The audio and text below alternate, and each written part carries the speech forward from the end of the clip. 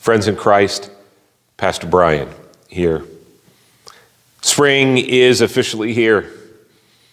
I've begun to see and hear the birds returning, the grass is starting to green, the sunlight come earlier, stay longer.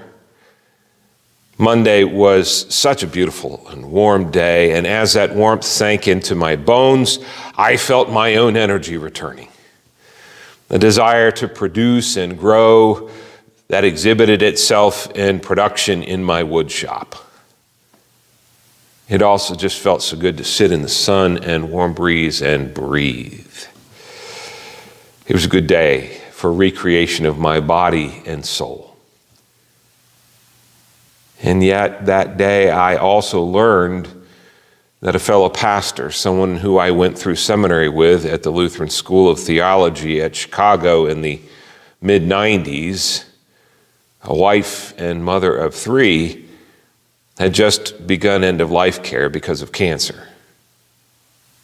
I also watched footage of the latest coverage of the war in Ukraine, heard stories of civilians being bombed and killed, of even more people displaced from homes now destroyed by a conflict that was thrust upon them. I heard stories of how the Russian people, because of state control of the media, were only hearing that it was a limited conflict in the eastern regions of Ukraine, that Russian troops were being welcomed as saviors, and that all efforts were being taken to keep civilians safe. On this beautiful day that made me feel so joyful and relaxed, I was also presented with things that broke my heart, that made me mad and frightened.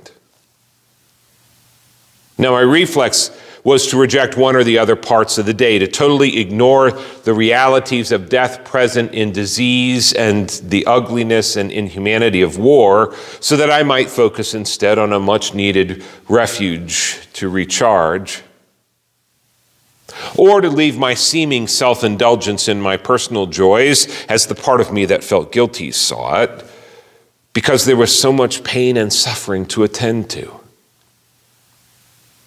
Now, I agree. There are times when we need to totally unplug, to step away from the daily barrage of the awful so that we might recover.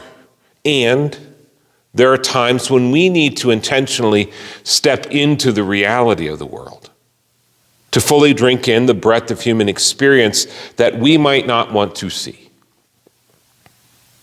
I wonder if for too many of us we bounce between these two extremes, which seems to me to be particularly unhelpful and unhealthy.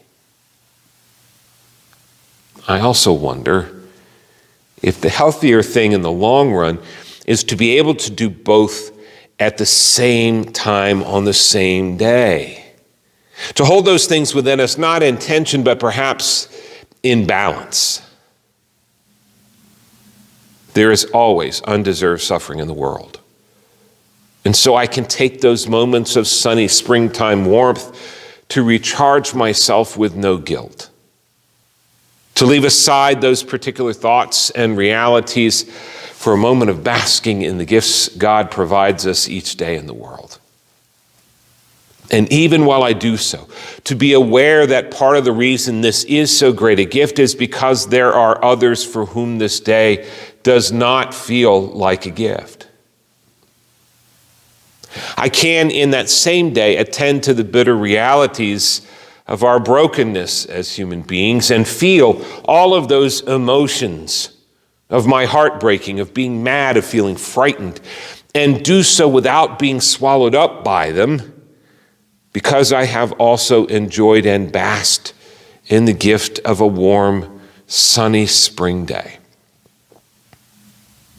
When I'm open to experiencing these things at the same time, with no judgments about either of these experiences, I wonder if they do not keep me more in balance, in tune with myself, the world that I live in, and the God who loves all of it. As spring comes, I pray that you will all take time to bask in those warm and sunny days of your lives, to receive those moments that recreate your body and soul as the gift that they are.